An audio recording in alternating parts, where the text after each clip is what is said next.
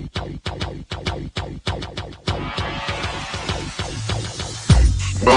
to the Odds Breakers, number one place for shared, sharp betting information. And welcome back to podcast 21 of 2020. I'm your host, Kiev O'Neill. You can follow us at the Odds Breakers on Twitter. Also follow us on social media / the Odds Breakers. This episode is being brought to you by jazzsports.ag for a 100% sign-up bonus. Please visit Jazz Sports and use the promo code ODDSBREAKERS. Terms and conditions apply. If you'd like to help us out with our costs, sponsor the website and the podcast, we would love to help you out. Please visit theoddsbreakers.com, click shop, and become a member. For $17.99 a month, you can get my plays and premium plays before the line moves. And if nothing else, please visit theoddsbreakers.com and become a free picks newsletter subscriber. All right, we are still trucking along here. No real news when it comes to when we are going to get our sports back. Things are starting to look on the up and up. People are talking about having a target date to reopen the economy. So hopefully that comes into fruition, well, safely anyways. Now, I'm not sure if it's going to be as safe as somebody that's 80 years old compared to somebody that's 25 years old, but hopefully the government does the right thing. And so, people can still go on with their lives and some people can still be very safe. I've used a lot of my free time preparing earlier for the college football season as well as the NFL. Very excited for the NFL draft. It's going to be very interesting to watch everybody draft from home. So we're going to have a big show on that next week, hopefully earlier in the week. I'm hoping maybe this one would come out on Monday night. Just depends upon if we find the right guest or if I decide to do it solo or whatnot. As you know, we have some NFL draft plays out there. There's going to be more made this week and next week. Already dabbled in some college football season win totals. I'm almost done prepping every single Big Ten team the way I want to prep it. I go in extra depth with the Big Ten that I do for the other 116 teams out there. So hopefully that pays off, obviously. And this episode, we're going to go over the rest of the games of the year that we haven't touched on yet. And before that, I want to talk a little bit about returning production, which is kind of one of those key factors in looking towards the next season when you're evaluating teams. And I want to go over the turnover margins from last year. I'm going to go over the top 20 returning production, top 20 turnover margins on both ends of the spectrum, on the positive end and the negative end. These are pretty good predictors when it comes to next season because they're not the same old apples to apples. I mean, Nick Saban's team is going to be very good. Mac Brown's team is going to be very good, right?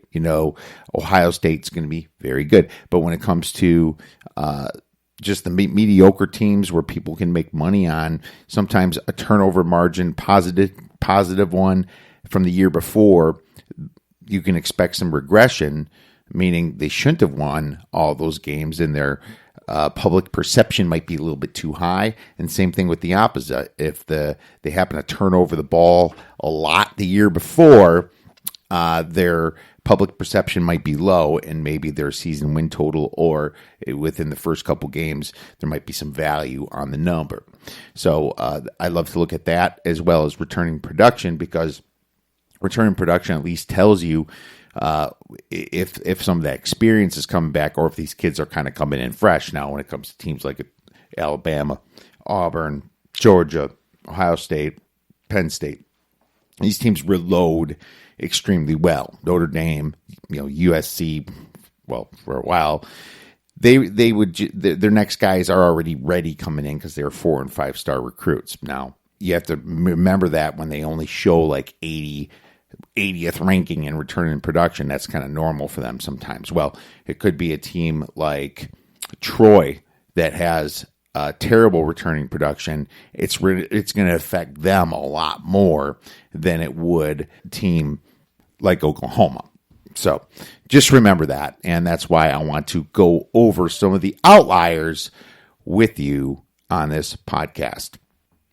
We also had some questions from some people come through the website. Now, we reply to them, but sometimes they go to your spam folder, so make sure you check that if you haven't gotten an answer on that. I can't control if your email is going to look at admin at the Odds Breakers or picks at the Odds Breakers or info at the Odds Breakers or any of our email addresses as spam. Sometimes when there's a gambling aspect tied to our emails, it automatically does do that. So just be aware of that, and I am answering your questions as much as I can when they come in. Just want to make sure you know I'm not blowing you off here. All right. Let's get into a little bit of returning production, and Bill Conley does a fantastic job. He used to work for SB Nation. I've been using him for years. Now he's was recently hired less than a year ago by ESPN to kind of do some of the same things. He's a college football specialist. He puts out articles on returning production. He talks more about like the percentage of the quarterbacks that pass, the amount they're returning on passing yards, percentage of the wide receiver and tight ends yards returning. He looks at his percentage of the offensive lines factored in. Now, it's not as much as the quarterback or the wide receivers, but the offensive line is factored in. And then obviously there's defense. The amount of tackles and things are factored in more for somebody that just maybe played a role. All right, well, let's get started with that. I'm going to let you know if I think the ranking is going to affect the team highly or if it's going to affect them medium or low. And the reason that would be is because for if somebody that relies on their seniors a lot more, it seems to affect them a lot more that they're returning or they're not returning production. So, for example, Northwestern in the Big Ten, they're number one in returning production. 84% is what they return, and offense was 88% and defense was 80%. So they ranked 6th on offense and 23rd on defense, just enough to get to number one. And I think this affects the team medium high because Northwestern isn't exactly a huge recruiting school. When their players are younger, they tend to suffer more than 4 or 5 star younger players, so they rely on juniors and seniors. So it's a good thing and a very positive thing that Northwestern has that. Now, you also have to look at the team last year, and they weren't that good. So that's why I said medium high rather than high in this case. You don't ever see Northwestern in the top 40 or top 50 of recruiting classes. So I'm going to go with medium high, being that the team wasn't that good. Georgia Tech was also 84%, 74% on offense, 94% on defense. Now, if you remember, Georgia Tech last year was a dead last at returning production. And this team, they kind of got better as the year came on. Okay, so the fact that they're returning all these kids is very similar to Northwestern. It's a very good thing. As a matter of fact, I thought Georgia Tech was better than Northwestern last year, so this should affect this team highly in a very positive way. Houston is number 3. Houston, 73% production returning on offense and 93% returning on defense. Now, you remember last year, De'Aaron King decided to redshirt because his team wasn't doing good. And then he said he was going to come back to Houston, and then he screws them over in the offseason, and he goes to Miami. Well, I'm not so high on Miami.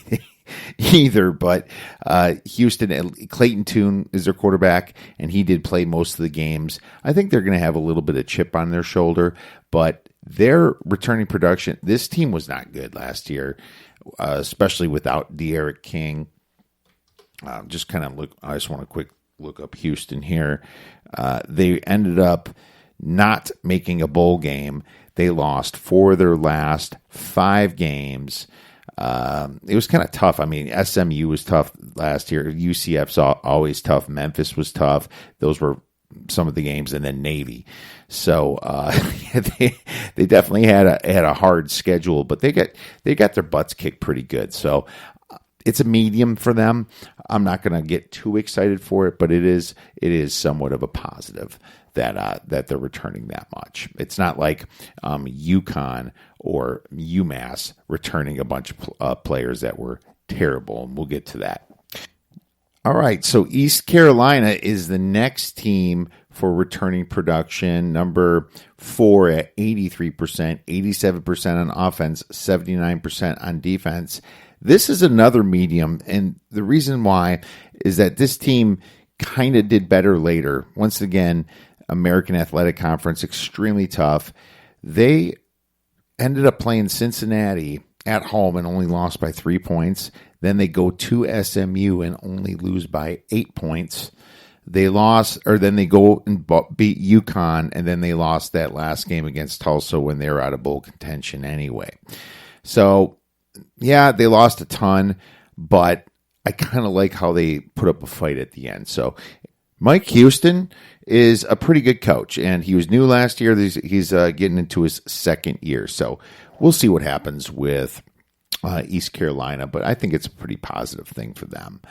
Next one we have is USC, 82% returning production, 77 on offense, 87 on defense. I already talked about USC in one of our past shows, talked a little bit about Slovis and everything, and this should be a really good thing for USC. I'm going to say it's a high, very positive, because they were so young last year, and these were good recruits that were young that's not leaving.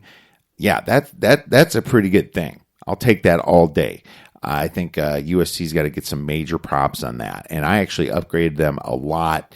Even though I'm not in love with Clay Helton, I thought Graham did a fantastic job as coordinator. I definitely think this is a very positive thing for USC, and so it's going to show next year as well. Next one we have is Virginia Tech. Virginia Tech, man, this team surprised in the ACC. You know, I would almost say they're like third best, right? Virginia was right there too. Virginia kind of underachieved, but Virginia Tech played Notre Dame hard, only lost by a point. Then they go beat Wake Forest, blew out Georgia Tech, shut out Pittsburgh. Then they only lost to Kentucky by 7 in their bowl game. And, you know, Kentucky's a much more improved team than before. So this is a good thing for Virginia Tech. Now, it's medium. Actually, I'm going to say it's medium high of importance here, because they recruit probably in top 25, I want to say, maybe top 30. I'm going to just kind of look on 24/7 here really quick. Yeah, 24 ranked in 2018 and 26 in 2017. Yeah. So expect Virginia Tech to be a pretty good team in the ACC. I expect them to be certainly improved. Next team we have is Old Dominion. Old Dominion was an interesting team last year. They've only lost. There's a few games that they only lost by a few points. They're 81% returning production here. The thing about Old Dominion, they don't recruit well, obviously, and they were terrible last year. Terrible. You know, their yards per play was 4.06, and their opponents got 5.66, and this is in Conference USA, not the best division. They didn't even win a game in Conference USA. Their only win was against FCC Norfolk State. So, they they were pretty bad. And I'm going to say that because of this, I'm going to give them a low or maybe a medium low of importance that they're returning a lot of production. I am certainly not going to be jumping on Old Dominion's bandwagon. And they played some close games against UTSA, close one against East Carolina, but that's about it. I mean, the rest of the games, they were taken out pretty good. Now, I'm not going to downgrade them for returning 81% of their team, but I'm definitely going to say that this is kind of like a false sense of hope looking at this because this team wasn't good last year. So this is one of those situations where I'm lower on the fact that they returned a lot of production. There might be a lot of people high on it. Watch for that. Could be a good fade spot for you next year. UAB is next. UAB was extremely good, if you remember, 2 years ago. They won Conference USA after just a crazy ride, coming back from no program. And we talked a ton about that, but now they're a little bit more experienced this year here.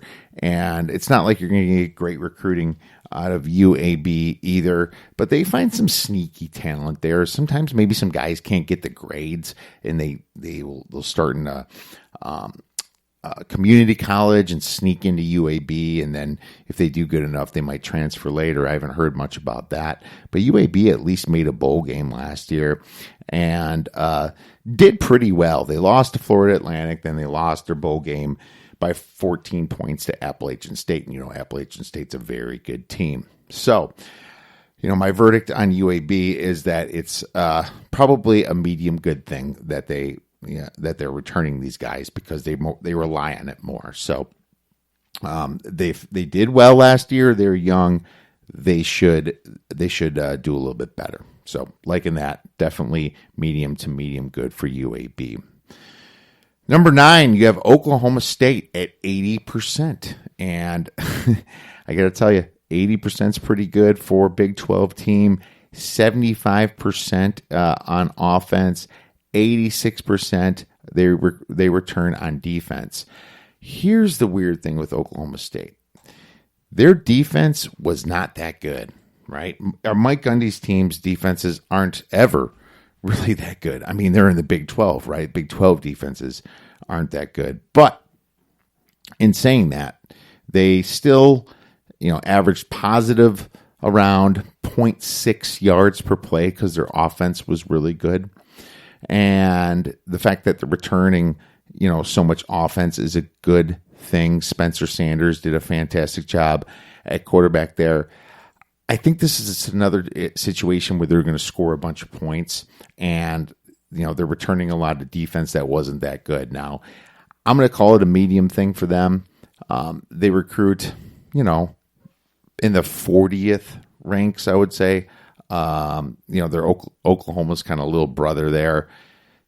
34 was their recruiting class in 2018, and they were 38 in 2017. So, I'm going to call it a medium thing. I still expect their offense to do even a little bit better, and their defense to, I don't even know if they're going to improve. So we'll see what happens. Probably more another one of those overs situations if the price is right. Next team we're going to get into is number 10, and that is Rice. The Owls return a lot of offense at 63%, ranking 70th, but they return all their defense. They rank number 1, rank 96% returning production on defense. That's huge. Now, Rice was a bad team for a long time, as you remember last year, but they played some very tough teams in the beginning at Army, then Wake Forest, then Texas, then Baylor, then at Louisiana Tech, at UAB, at Texas San Antonio, which was a close game, right? And then they won their last 3 games. And so, good thing for them, they won their last 3 games. I'm going to say the returning production is, pretty much medium. It's not, they weren't that good last year, but they're going to be a little bit better next year. They will. They're going to win probably 4 or 5 games minimum, possibly best shot winning 6 and getting into a bowl game. So real quick, going to just mention a few other ones. Indiana, Illinois are next. Indiana and Illinois, not great recruiting, but these are good things because these kids were young last year and they did some really good things. Indiana especially played so hard. Illinois beat teams like Wisconsin and at Purdue, so they showed some upswing there. These are medium good things for them. Louisville's is kind of in the same boat there, medium good. Akron, on the other hand, I'm going to have to say that's more like medium bad. I do actually like Akron. From a season win total perspective, I have a play on it. We'll talk about that in another episode. But Akron, this team was one of the worst Akron teams I've ever seen. So I'm not really high on their numbers, but I don't think they can get worse, because of it. So that's a good thing. But I'm going to say it's just like a medium low thing. I'm not going to give them much credit for returning production. Rutgers is in the same boat at number 15. Not going to give them much credit. More like a low thing that they're returning so much production when they didn't do well at all. I mean, they didn't even show a sign of being good. Texas A&M is next. That's a good thing. These kids were highly recruited, and another year on them is pretty good. Same with Nebraska, pretty highly recruited when Scott Frost came there. It's finally their time to shine. So just wanted to go over a few of those. On the flip side of the coin, a couple teams that had the worst return in production, Utah ranking only 130th in returning production is a bad thing because they're not recruiting in the top 25, mostly in the 30s, 40s, and 50s for Utah. And it's not a good thing that they're losing these guys because they kind of rely on their juniors and seniors. I'm very down on Utah this coming year. UTEP, they didn't return much, but they're terrible anyway. But I don't think it's good that they didn't return much because who are they recruiting anyway? Not going to be too high on UTEP. Air Force, they really rely on seniors, especially seniors being in the academy. Yeah, I don't like the fact that they're bad. Then LSU is ranked 127th there. And, it's a bad thing when you lose Joe Burrow, Justin Jefferson. Are you kidding me? You can't say it's not. All right. So now I know they recruit well, so that's kind of good, but it's still kind of a medium bad thing that they were so damn good and just come down to earth a bit. If they were just like a normal top 10 LSU instead of top 1, then I wouldn't have as much of a problem with it. So, LSU was just that good last year, right? And Kansas, Kansas, you're going to be terrible again next year. Michigan ranking 125 is interesting. They've had some good recruiting classes, but 125 is still pretty low. I think Michigan's one of those teams that's going to be bad at first and possibly get better as the season progresses. Any other big names here? Michigan State's at 117. New coach, new everything. Don't bet them until you watch them for a while. And Wake Forest, they lost their quarterback to transfer to Georgia at 111. Not good. So Baylor's down there too. And Baylor does rely on upperclassmen. So there you have it. Just wanted to kind of touch on that. Obviously, you can check out Bill Conley on ESPN and do some of your own assessments. All right, for the next segment here, I want to cover turnover margin, and I want to talk about the outliers here, meaning the top 10 or so teams that benefited the most and the top 10 teams that benefited the least or it actually hurt them because they're in negative turnover margin. So in this situation, turnovers are much less predictable than returning production. So there usually is regression back to zero or back to the mean if you had a big year in positive turnovers or a terrible year in negative turnovers. But there is a rule of thumb here. I mean, good teams in general don't turn over the ball. So when it comes to like an Ohio State or an Appalachian State, they're usually going to be in the top tier anyway. But if a team just doesn't have a good record of being a consistently good team, then you definitely don't want to be on them the next year, because those turnovers are partially the reason why they actually won a lot of their games. Now, if you want some more information on this, or if you have any questions, feel free to tweet us at the Odds Breakers. I'd be happy to answer any of them on the next podcast. So the number one benefiting team from turnover margin is Florida Atlantic. They were at plus 21. Just insane. They recovered 11 fumbles, only lost 4 fumbles. They got 22 interceptions while they only threw 8 of them. So that's why they have a margin of 21. Florida Atlantic was 11-3 last year, but not only did they lose their coach, this turnover margin should affect them into next year in a bad way. The second team was San Diego State, and they were plus 19.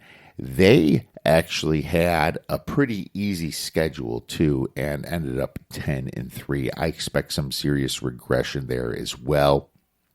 Alabama is third at plus 18. Well, Alabama's a Nick Saban coach team. They might regress a little bit, but it shouldn't factor in too much. They were 11-2 last year. I expect even Bama to be maybe better. Notre Dame, same deal. Well-coached team, great recruits. I won't put them in Bama range, and they're plus 17.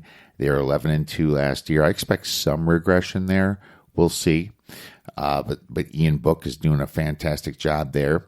Oregon, new quarterback. They're plus 16 in turnover margin. They're 12-2 last year. I don't want to jump on Oregon due to that. I know that Cristobal's a pretty good coach, but still a little bit unproven in my book. Arizona State plus 14. I expect some regression there. Herm Edwards is fine, but they were 8-5 last year.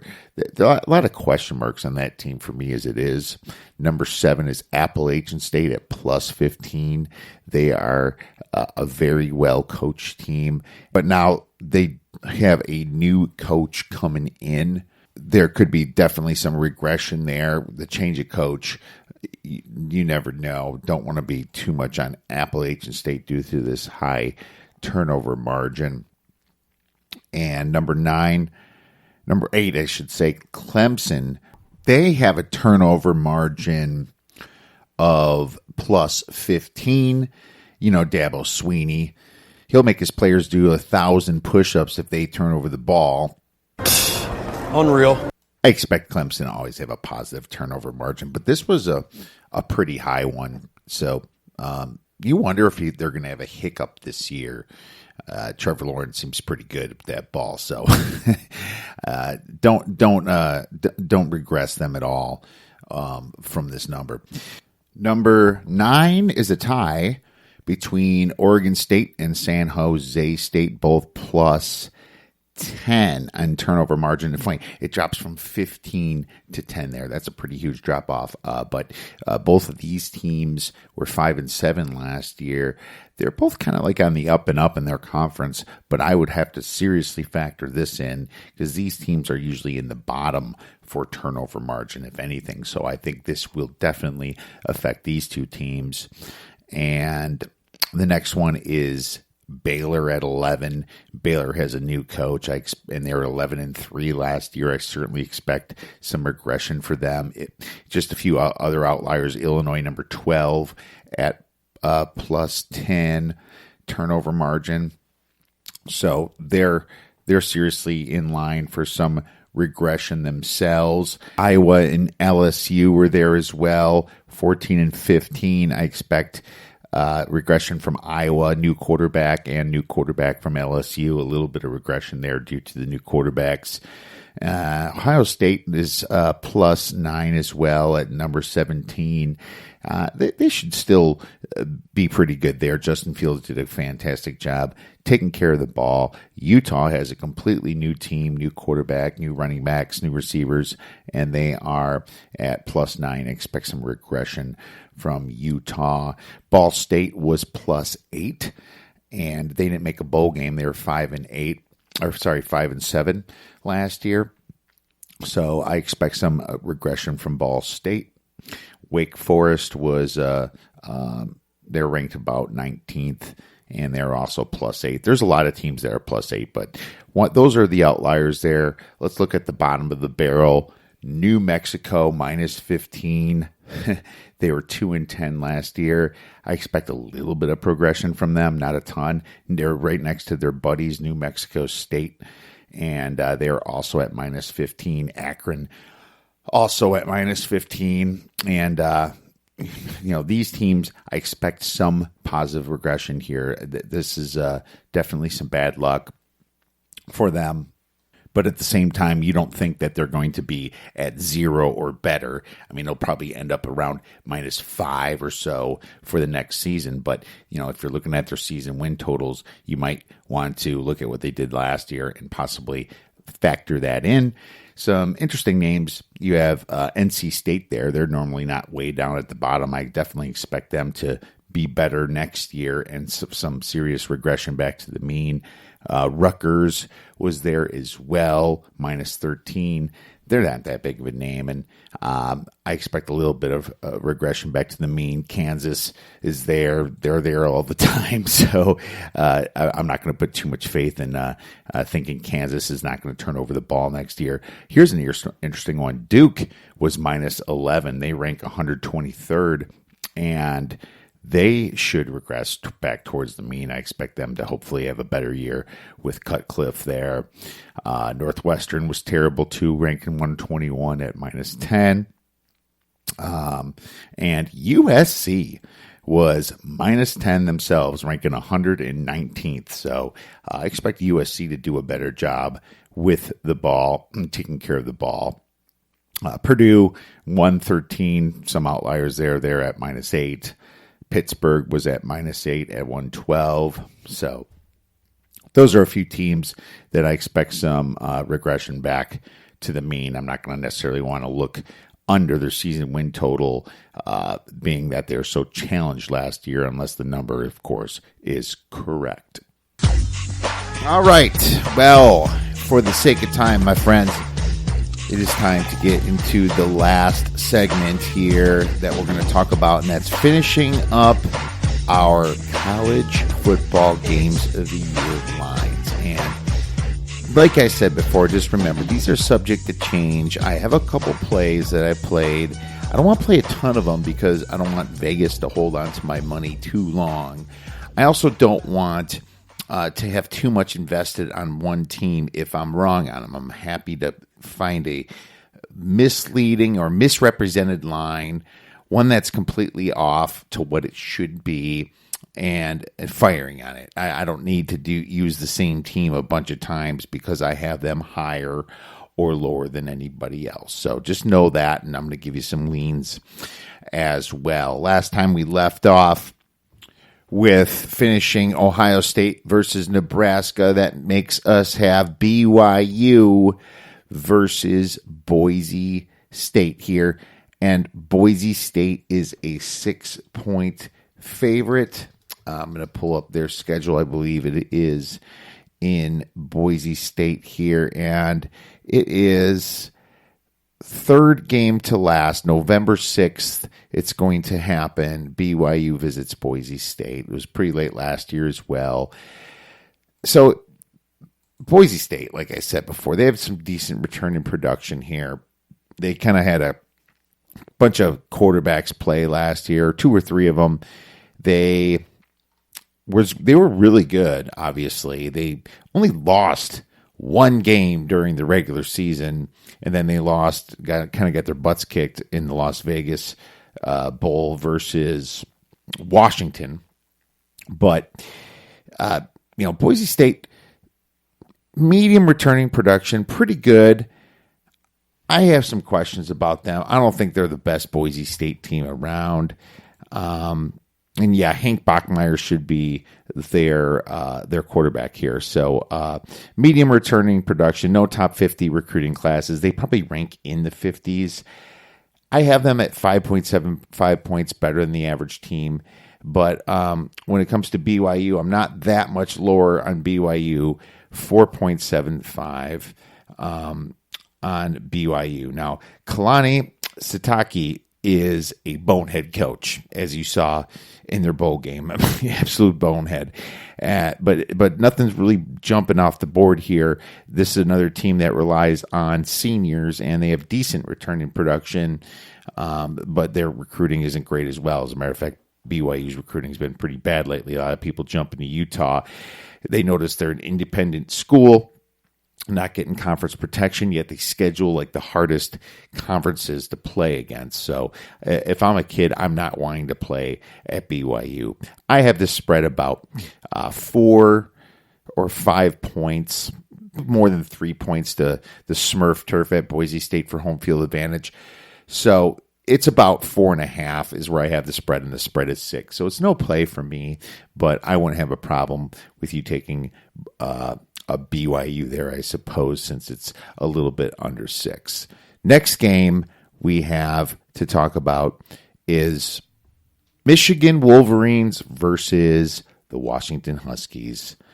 Both of these teams did not return a ton of production, if you remember, and Washington does not return their coach, Chris Peterson. Fantastic, highly respected coach. He is one of the top 5, in some people's books. He's top 10 for me, but it was kind of crazy that Chris Pearson didn't come. They were recruiting really good, probably close to the Michigan level, in the teens, right? That's where Washington's been recruiting for a while, 15 and 19, 16 in 2018. So they're doing very well. When it comes to recruiting, Michigan, they do have that one top 10 year, and then they kind of fall a little bit into the 20s in 2018, and then they come back in top 8 in 2019. So the returning production for Michigan is terrible, and this is the first game of the season here. Power rating wise, I do have Michigan favored this game. And it's only because I'm so down on Washington with the new coach, and they don't return a lot of production themselves. As a matter of fact, the Washington Huskies rank 104 to Michigan's 125. So, Michigan's slightly better recruiting, Washington's slightly better returning production. I have Michigan favored by 3 points, or I guess 2.5 points. I'm going to give them 3.5 too for home field advantage in Washington. I believe that's where I have that written down. So the play for me is the lean on Michigan, but I don't want to do anything with Michigan right now just because there's too much question marks for this game. You can always wait on these, right? I mean, these lines are going to be up forever. Next game we have USC versus Oregon. Oregon's favored by 3.5 points. I believe the spread came down a bit, and Oregon was favored by more. So now people are starting to see that USC's power rating is closer to what Oregon's is. Oregon favored by 3.5. That should be pretty close. Like I said before, Oregon's got a new quarterback, not a ton of returning production, ranking like 89th. USC has a ton of returning production. Slovis is back on quarterback. Same coaches. I'm pretty high on USC, and I'm actually higher on USC than most people. I have them 14th in my power ratings, and I have Oregon 16th. Okay, so that makes the spread maybe like 2.75 for me for where I have these guys. That's if you're giving Oregon a good home field there. it is not, this game is not for a long time, and it's not a big enough discrepancy for me to play. Plus, I have a play on USC later, so we'll move past that. Next game I have is Nebraska versus Penn State, and Penn State goes to Nebraska. They are favored by 3.5 points. It's kind of in the middle of the season, and I'm pretty high on Nebraska finally. It took me a while, but I am. But the good thing about Penn State here is they play at Indiana, and then they go to Nebraska, and then they get Michigan State at home. It's not like sandwiched between Ohio State or Michigan or like Iowa or Wisconsin or anything. It's kind of sitting out there. So I think Nebraska has a good chance of playing. I played this, but I played it at 3. And so it looks like I was on the right side of it. And I got even money, I believe. And now it's 3.5 juiced. So I'm happy to give it out to you. I think that's still low. I have Penn State higher, definitely a good amount higher than Nebraska. I think they should be favored by more like 5 or 6 points rather than 3.5 points. But I liked it at 3 a lot more than I like it at 3.5. So nothing you have to play by any means. But if it was game day and it was 3.5, I would probably still make a play on it. I have Penn State 17.75 on the power rating, and I have Nebraska at pretty generous 9.5 from what they did last year. So yeah, this would definitely be a play if it was game day, even at 3.5. Next game, we have Texas A&M versus the Alabama Crimson Tide, and Alabama is favored by 9.5 points, and this game is in Tuscaloosa for Alabama. Now, I have Alabama much higher than that spread at home, facing Texas A&M, as you know, around the same as everyone else's for Bama, 26 points better than the average team. But as far as Nebraska, I'm sorry, not Nebraska, as far as Texas A&M, I have my 13th best team, but I have Alabama already a 10.5 point favorite on a neutral field, which makes this 13.5. Here's what I don't like about it. You're going past a nice key number of 10 and a semi-key number of 13. So I still can't play it because A, I faded Texas A&M once already, and B, I can't play this before the Auburn game. They're playing Auburn next week. It's the week before the final week of the rivalry against Auburn, and it's a major look ahead spot. So, unfortunately, I can't play that right now. And a lot can happen. A lot of injuries can happen before that. So, no reason for me to jump at this. As you know, these are games of the year lines. You don't got to get too cute. You're just kind of playing it if you see some major value, and you might want to have an investment in one because when the spread adjusts to what you think the power rating should be, or it goes past it even, you can buy back and possibly set yourself up for a nice middle. The next game we have to talk about is LSU versus Auburn.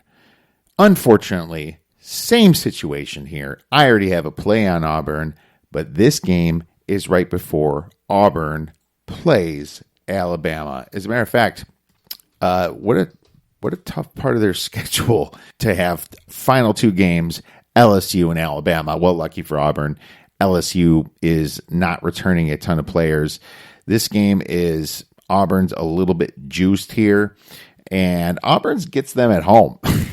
So this is very tempting for me because I have Auburn a better team and they get it at home. I think there should be a 7-point spread, not just pick them. So I have a lot of time to think about this. They do have Alabama on deck. LSU is going to get better through the year. They're going to start out maybe very shaky, hangover year, new faces, and then they'll probably get better towards the end of the year. So not going to jump at that one either.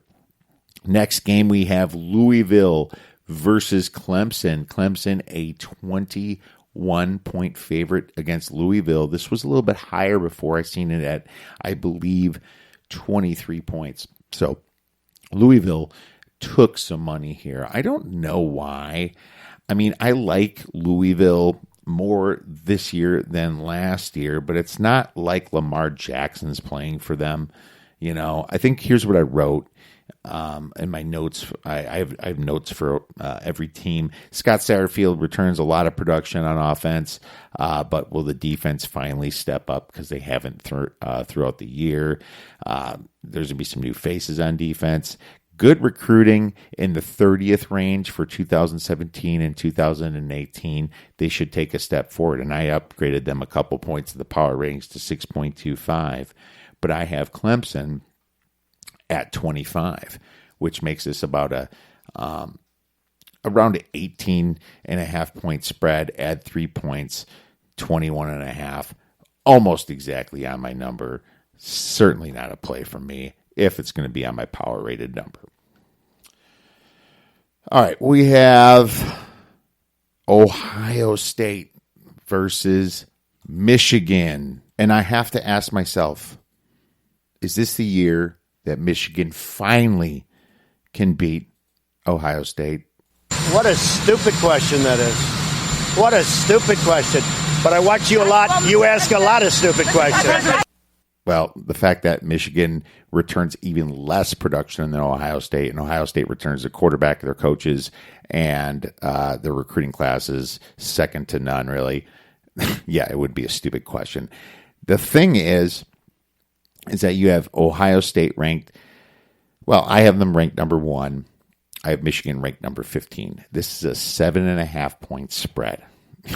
It almost kind of feels like one of those sucker plays, they even give you plus 109 here at BetOnline.ag on Michigan here. Well, definitely not going to take that myself. And the key here, Michigan goes to Ohio State, right?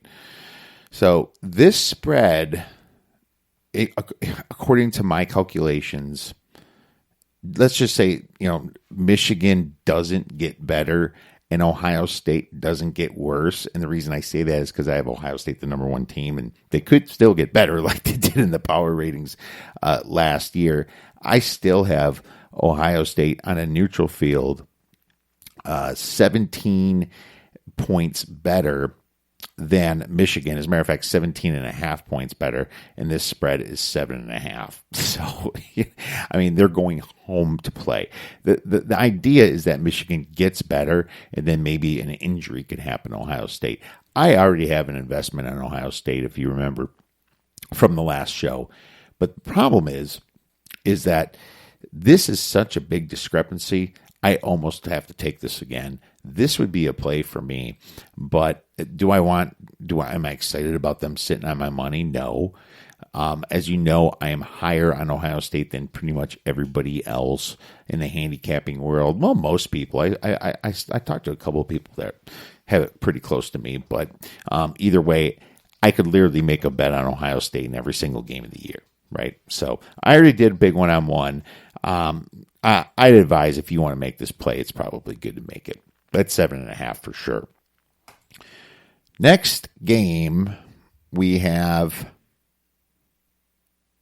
LSU versus Texas A&M. All right. This is kind of the unknown thing to me. LSU is hard to bet on, hard to fade, hard to know what they're going to be by the time they play Texas A&M. I'm just going to look at LSU's schedule right here. They don't get Texas A&M until the final game. Lots going to change. People are pretty high on Texas A&M coming in. I'm lower on them. They've returned a ton of production. Kellen Mond, their quarterback, and LSU is just a big question mark. So the Texas A&M does get that at home, and this is after the Auburn game, and Vegas has this as roughly, I'll pick them, right? Well, my lean would have to be LSU because I have to trust in this team to get better throughout the season, and I think they're going to lose against Auburn, most likely, and then come back to beat Texas A&M, but it's so late in the year, certainly not a play for me at this point. And then you have Texas versus LSU, and this should be the first game of the year, which is also very questionable to me. Texas has returned a ton of production. This is supposed to be their year. They returned the quarterback, Sam Ehlinger, and he's supposed to be ready to have the coming into the NFL year. And then obviously LSU, so many changes, but LSU is still favored by 5 here, but that's because it's in LSU. So that says that, LSU is 1 to 2 points better. Well, in my opinion, I actually have Texas right next to LSU almost. I have LSU 17 and Texas 16. So I have this spread at 4. Being so close, not going through any key numbers, I have to stick with the no play here. Definitely not a play on this one. Oklahoma versus Tennessee is the next game. And Oklahoma, once again, a new face, but same coach with Lincoln Riley there. Tennessee is supposed to be getting better and better this year. Owls have pretty good returning production, and I think I can pull up those stats. Ranked 50th in returning production. I think it's time for Jeremy Pruitt here to become a real SEC team. Jarrett Guantanamo Bay, I like to call him. His real name's Gorentano. I think he's pretty solid. He's a solid quarterback. He's nothing that's going to blow the doors off. But I think he did well last year. Didn't throw a lot of picks. He's going to take a step forward. They're still kind of wiping their hands from Butch Jones back when with his residue from 2017. Top 21 recruiting classes, makes them very viable here. And I think they're going to take a step forward. I upgraded them a good amount, 5.5 to 8 in my rankings. And I think, playing Oklahoma's tough and it's early in the season, but that could be a good thing. The problem, they go to Oklahoma, right? And I have Oklahoma 9.5 points better on a neutral field. And that means I would have Oklahoma at 12.5 here. Well, the spread's 8.5. Not going to run to bet Oklahoma so early in the season with a new quarterback and a lot of new skill positions there. No CD Lamb, and their defense has a few new guys as well. For the next game, we are back in Big Ten country. We have Iowa against Minnesota, and Iowa goes to Minnesota this year, and it looks like Minnesota should be favored by about 4 points, which tells you that Vegas thinks that Minnesota is going to be slightly better than Iowa. Well, what I have it, and I just did all this, I have Minnesota at about 11 in the power ratings, and I have Iowa a 9 in the power ratings. Problem with Iowa, they return some pretty good guys, running backs and wide receivers, Sam Laporta and tight end, but they have a brand new quarterback at Spencer Petras, and he's not that experienced, right? Losing Nate Stanley, it could be a big thing here. So I'm concerned for that. And Minnesota, they still got Tanner Morgan there, and he's pretty good. The spread should be about 5, but in general, Minnesota returns a ton of offense, but only 33% on defense. Iowa's kind of in the middle of the road, returned 50% on offense, mostly because Stanley's gone, and returned 56% on defense. I have to think that Iowa is still, in general, looked at as better than Minnesota. This year, of course, I had Minnesota starting 2 points better, but that only makes the spread around 5.5 points. So not a play for me. But, it's nice to be close to the spread, and nice to be close to a lot of these spreads because you know that you're kind of in line with the odds makers. Next game, we have Michigan versus Wisconsin. And this game, it looks like Michigan is a 2.5 point favorite. This one opened up at 3. So the fact that Wisconsin took some money is interesting here. It's at Michigan, and Wisconsin's going to have Notre Dame on deck after this game. This game's kind of early, late September, I believe. It's one of the first Big Ten games. And Wisconsin, like I said, I'm very high on them coming into this year. I think their running back's going to step right in where Taylor left off. They might even have a running back by committee, but you saw Garrett Groshek run for a ton of yards last year, and Michigan doesn't return that much. Players that stayed in Michigan, I am concerned because they got their butts whipped at Camp Randall Stadium last year, and they probably all remember it. It sent their season in a downward spiral, and Michigan was looked at as such a good team, like a top 5 team coming in, and Wisconsin put a stop to them. So big revenge spot for that. I do factor it in when there was so much on that game last year and it changed their season. That's when you kind of factor in revenge. Another thing I don't like about Wisconsin coming into this game, not just the revenge spot for Michigan, Wisconsin's coming off an Appalachian State game. And Appalachian State, if you know, is an extremely good group of 5 team. They're better than half the Big Ten most of the time. Okay. So I'm kind of concerned with this non-conference schedule that Wisconsin created because the Mountaineers, you don't get a lot of credit for beating a group of 5 team, but you get your butt kicked for losing to them, right? It's like scheduling Memphis or Central Florida, right? It doesn't do you any favors to beat them, but you can definitely lose because they are that good. So it's kind of a weird spot for Wisconsin. Michigan kind of right in the middle of Appalachian State and Notre Dame. I can't play Wisconsin right there at that line. We'll see what happens. It's going to change, especially it's not 3 anymore, but we'll see if that thing moves. Personally, I have Wisconsin about a 1-point favorite according to the power ratings in this game. So hot right now. Next game, we have Nebraska hosting Cincinnati. Nebraska is a 6-point favorite, and Nebraska gets them at home. And I think I have finally found a play for you guys for sure. Nebraska, I am higher on, as I said before. I really like Wan'Dale Robinson at wide receiver. He's coming off in a fantastic freshman year, and he's going to be that much better. Maurice Washington at running back was hurt a lot. He's going to be healthy coming in. Adrian Martinez is finally figuring it out. Scott Frost's complicated offense is figured out by all these guys. As a matter of fact, they pretty much returned their whole offense 92% returning production on offense. And you saw them with some flashes last year. They only returned 59% on defense, but that's a good thing because their defense has just been so bad. And they've kind of been recruiting with the best of them. I have Nebraska 9.5 points better than the average team, a good upgrade from 6 points last year where they finished out in my power ratings. And Cincinnati, even though they were the second best team-ish in the American Athletic Conference, I don't have Cincinnati nearly as high. I have Cincinnati more of a 6 points better than the average team. And I know they returned 69% production on offense, 76% on defense, but they lost Michael Warren, their stud running back. I thought he was kind of the heart of this team. And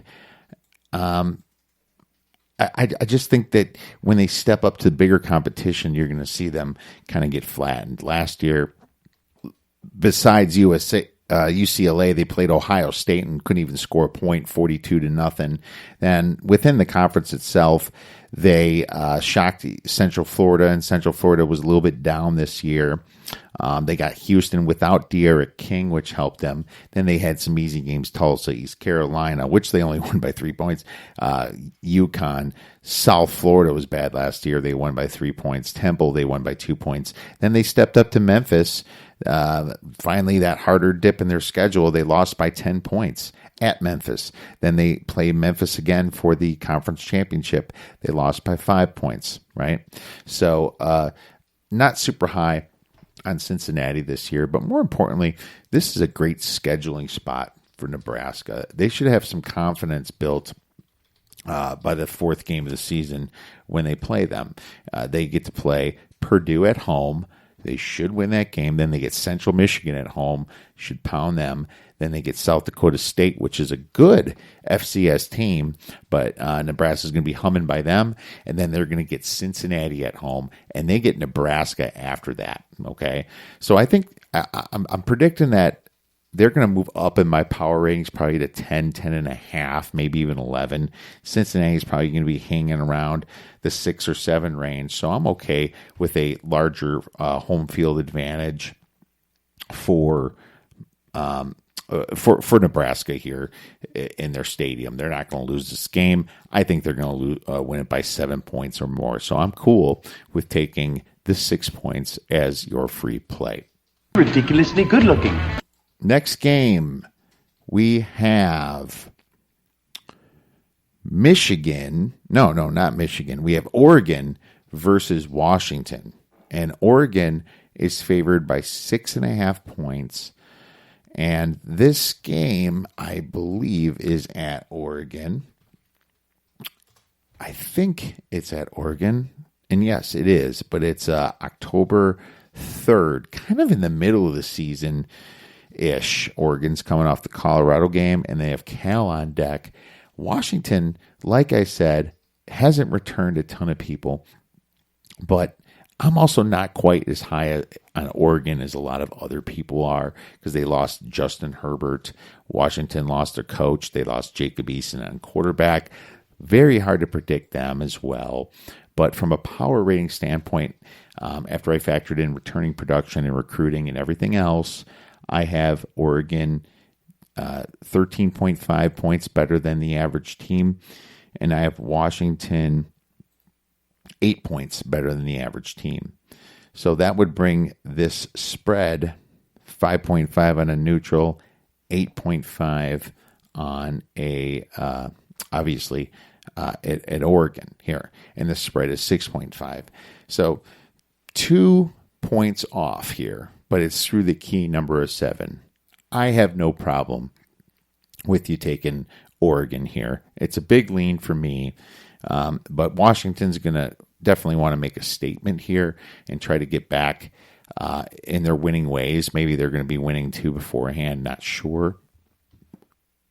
Problem would be if Washington gets their butts beat by Michigan that first game, then they're going to win against Sacramento State and Utah State. It's not like they're going to have a huge confidence builder going into this Oregon game and the 4th game of the season here. So probably best for me to wait it since I'm only 2 points off. Yes, I know I'm going through one key number. I have absolutely no problem with you taking Oregon in this game.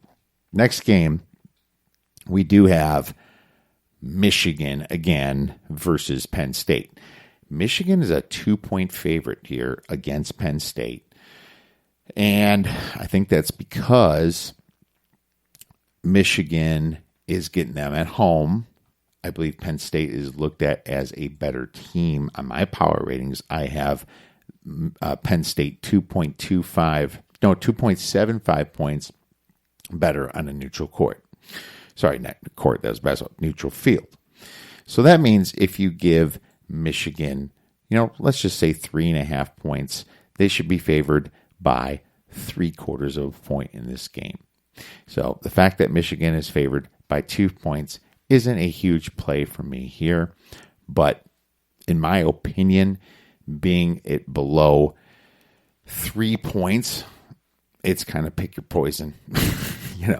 It's pick your poison between the threes. So I would prefer, just based upon the trajectory of the team, Penn State kind of seems like the team that has a lot more going for them right now, just because Michigan doesn't return that many players, as I mentioned before. So of course, the spread's at 2 points, not 3/4 of a point. So, I'll lean Penn State just because of that. But either way, not a play for me. This game is going to be another kind of in the middle of the year type game. Next one, we have Wisconsin playing Notre Dame. Wisconsin is a 2.5 point favorite. This is a neutral field at Lambeau. And by the way, I'm pretty sure I checked most of these games. I did miss one in the first podcast. The Navy-Notre Dame game is actually played in Ireland, which isn't a neutral field, but I would argue that's still a Notre Dame game, being that they're the Irish and they're playing in Ireland. But this one's definitely a neutral field. Now, Wisconsin being favored by 2.5 points tells me one thing. I have the field only worth 1 point at Lambeau because it's still different from Wisconsin. They're going to have a ton of fans there, but Notre Dame, they'll travel. There's Notre Dame fans everywhere, and I bet you they've been dying to check out Lambeau Field their whole life. So I am only giving Wisconsin 1 point of home field advantage here. But the spread is 2.5. So that tells you the bookmakers, I think, if they're thinking like me, say that Wisconsin's about 1.5 better on a neutral field than Notre Dame. Now, Notre Dame returns Ian Book, good production, very good recruiting. Wisconsin returns more than Notre Dame this year. Wisconsin ranked, I think, 30th in returning production, 34th, and Notre Dame ranked 85th. So, yeah, definitely a lot more return production, and this game is somewhat early in the season. Well, it's in October. Thing about Notre Dame, they have the potential to be great, but you saw them play against Michigan last year. They got their butts kicked. Their season kind of went downhill when they played Georgia, that third game of the season. They let USC back in the game. They had a pretty easy schedule. They only played 3 ranked teams, Georgia, Michigan, and Navy. They only lost against Georgia and Michigan there. I do like how they finished the season, though. They whipped up on Stanford, and they whipped up on Iowa State in the bowl game, 33-9. I was actually on Notre Dame, one of the few people in that game. Yeah, I'm patting myself in the back there. But anyways, Notre Dame definitely can be dangerous here, but I don't like how they have this game kind of after they go to Wake Forest, and then it's like another road game for them going to Lambeau, and then they have Stanford on deck. Now, I know they're going to care about playing Wisconsin. It's going to be a big game for them, but it's still, it's not like they're coming off that home game. It's not a fantastic scheduling spot for them. They have Clemson later in the year too. They have at USC later in the year. Notre Dame, pretty tough schedule. Louisville at home, that's probably fine, but they go to Pittsburgh. Yeah. So I personally have Wisconsin by a few more points than them, being that I'm kind of high on Wisconsin compared to some power ratings. I have them 2 points better than Notre Dame, so I have this as a 3-point spread. Nothing that big, right? 2.5 here. I'm almost in line with the bookmakers. Going to have to pass on this game and hopefully not have to sweat it out because they're going to be coming off a Michigan game, and if they win that game, this could be also a letdown spot for Wisconsin. So, going to pass. Next game, we have Auburn versus Georgia. And Georgia is a 4.5-point spread. I've talked to death about these two teams already in a couple previous podcasts. My top 12, I talked about them. I talked about Auburn and Georgia earlier in the game. So Auburn goes to Georgia here. Auburn probably somewhat of a revenge spot. They probably want to beat Georgia from last year. It's not a big one to factor in, but at least Auburn returns their quarterback. Georgia doesn't. And on the power ratings, I have Auburn, a point or so better than Georgia. So, the spread should be +2, or +2.5, not +4.5. Not a huge value for me. Plenty of time to wait on this one. So, not going to talk about it. UCLA versus USC. And USC is going to UCLA this year. They're a 6.5-point favorite. This game here is in November 21st, the second to last game. And I have USC probably even bigger than 6.5, even though it's at UCLA. You're going to get some USC fans, of course, there. Now, the thing about this game, it's right before the Notre Dame game. That makes it extremely tough to bet on, right? I'm going to look at UCLA right now. I'm going to see what I wrote about them. Chip Kelly needs to have a big year. They didn't lose a lot on offense, and they did on defense, but the defense needs a big makeover anyway. Dorian Thompson Robinson will have to carry the team. He's going to, and they got to get better. They're at 5.3 yards per play. They have to move up at least a yard, I put. Like I said, USC returns a lot of good production, ranking 5th in the nation. UCLA ranks 67th in the nation in returning production, 33rd on offense and 96th on defense. So, not a terrible thing, but I do have UCLA 2 points better than they were last year. And I have USC like 5.5 points better than they were last year. So that's kind of big for me. The spread is pretty close to right, though. I have about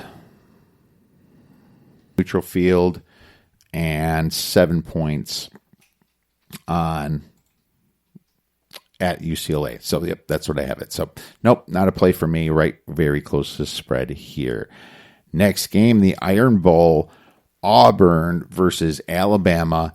Another huge game, end of the season game. Alabama favored by 8 points. All right, well, as you know, I'm higher on Auburn than most other teams. Like I said, already played Auburn. Don't need to be a broken record here. I have Alabama actually favored by exactly 8 points here. So from 26 to 21 is a pretty big difference between Clemson and Auburn. I have the third best team, 25 points better than the average team, and I have the fourth best team in Auburn, 21 points better than the average team. So right on the button with that one. So we'll see where that turns out. It's going to be a great game to watch as usual. Next game, and we have a few left here. Going to try to blow through them quicker for time. Ohio State versus Oregon, the first game of the season. Ohio State's going to be favored by 6 points. And it's at Oregon. I obviously have the spread bigger than this. Probably more of a like 11 or 12 point spread because I'm much higher on Ohio State than I have of Oregon. But I've already had plays on Ohio State. So I'm going to wait on this one.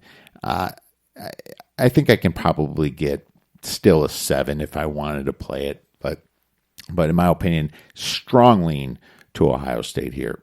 Army versus Navy.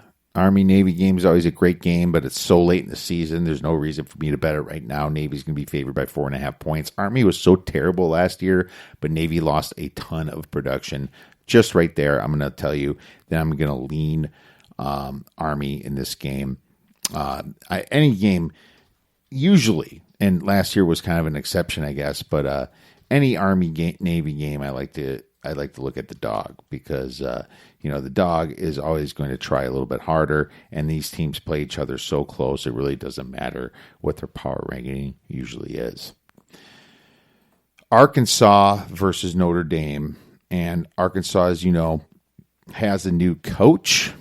Chad Morris was fired only after 2 seasons, and they lost at home to Western Kentucky. So that's why, 45-19. And then they hired a guy named Pittman, and Pittman was the offensive line coach, I believe, at Georgia. And I guess he recruited really well. I hope so. They're paying him a ton of money, $3 million a year for a new coach. That's pretty big.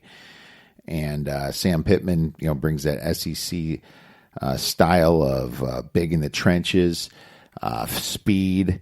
We'll see if that we'll see if that pans out. Obviously, for Arkansas, they've been kind of hurting for a coach since the old Brett Bielema days. But this is a large spread, a pretty large spread at 18 points here.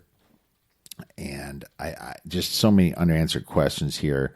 Arkansas doesn't exactly return a ton of production here. I had them at minus 5.5 points. I think I have them around minus 4.5 coming into this year. they're kind of in the middle of the road for return in production. I believe 59th, so nothing really to jump at on that one. And Notre Dame is, they're already a top 15, top 10-ish team anyway, right? And so 18 points is just telling you that this could really, really be a blowout here. I suppose from a power rating wise, I probably have it at about 21.5. Notre Dame getting it at home. So you're at 18 here. Pretty big. Nothing to get too excited about. The game's the second game of the season. Maybe some SEC money will come in here and move that thing down to 17, where I'd probably start thinking about making a play on this one. Next game, Clemson versus Notre Dame. And Notre Dame has to go to Clemson here. And no. This is in Notre Dame. So 6-point favorite Clemson is. This one, as you know, Clemson, huge year coming up. They're probably the biggest favorite to win it all because they have the easiest road there. That's the reason. Their loss in production, like I said last time, similar to Ohio State, but great recruiting classes. I got to replace Simmons and Higgins, and they get to keep ETN. They got a couple, 2-3 new offensive line coming in, but Notre Dame kind of in the same boat here. Lost Chase Claypool, keep Ian Book, like I said before. I actually have Clemson 9 points better on a neutral field, and so the fact that Clemson has to go to Notre Dame, this is a 6-point line, pretty close. It's going to be about a 6-point line, and so I'm right in line with books here. Unfortunately, no lean or no play on this one. Ole Miss versus Baylor, and this is games at Pick'em here. I am so curious to see what Lane Kiffin does. I hope he brings force back to Ole Miss, and the Rebels do have a fantastic year. At least in a couple years. You can't expect him to work miracles here, but what Kiffin did at Florida Atlantic, had a great first year, had kind of a mediocre to bad second year, and last year the team was awesome.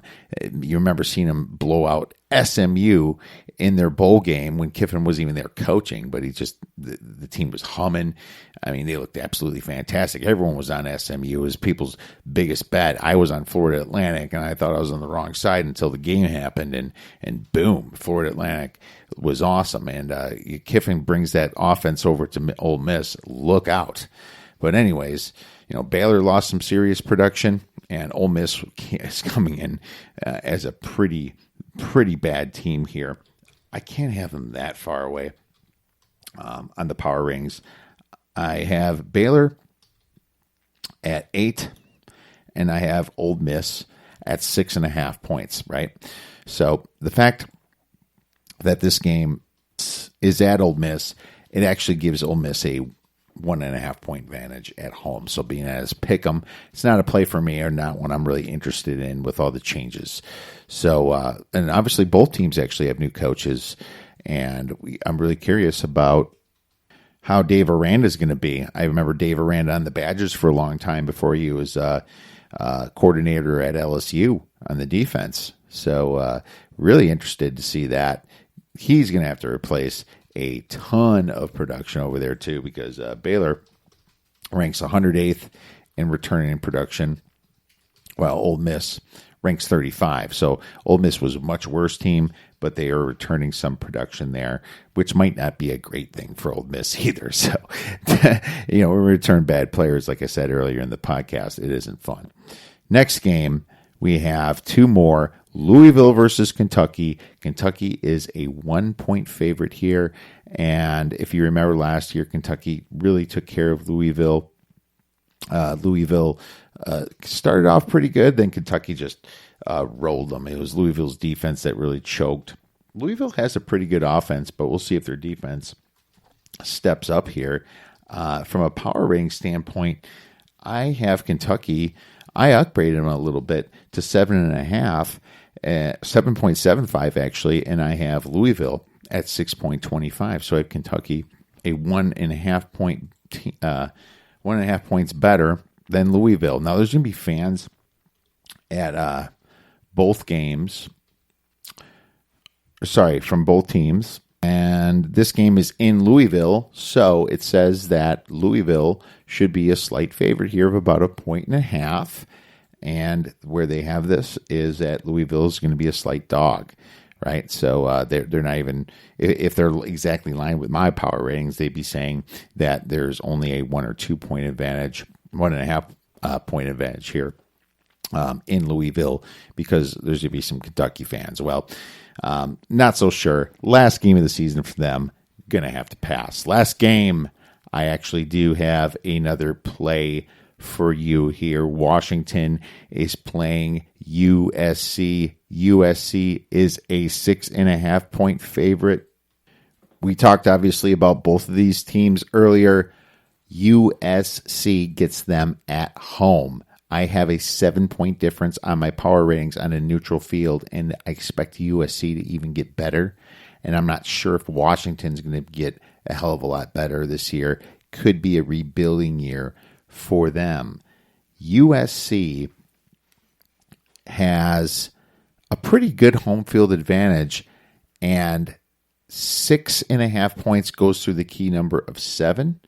And the fact that I have the line at least 10, it gets up to that next big key number there. So this is definitely a small play.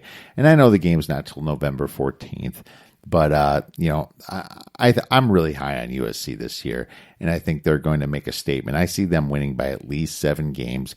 I'll gladly take it under the under the key number of 7 at the 6.5. Well, that's all the time we have for this podcast, my friends. Hopefully you got something from it. If you have any questions, please feel free to tweet us at the Odds Breakers. I'd love it if you went to iTunes or Google Play or whatever you get this podcast and leave us a positive 5-star review.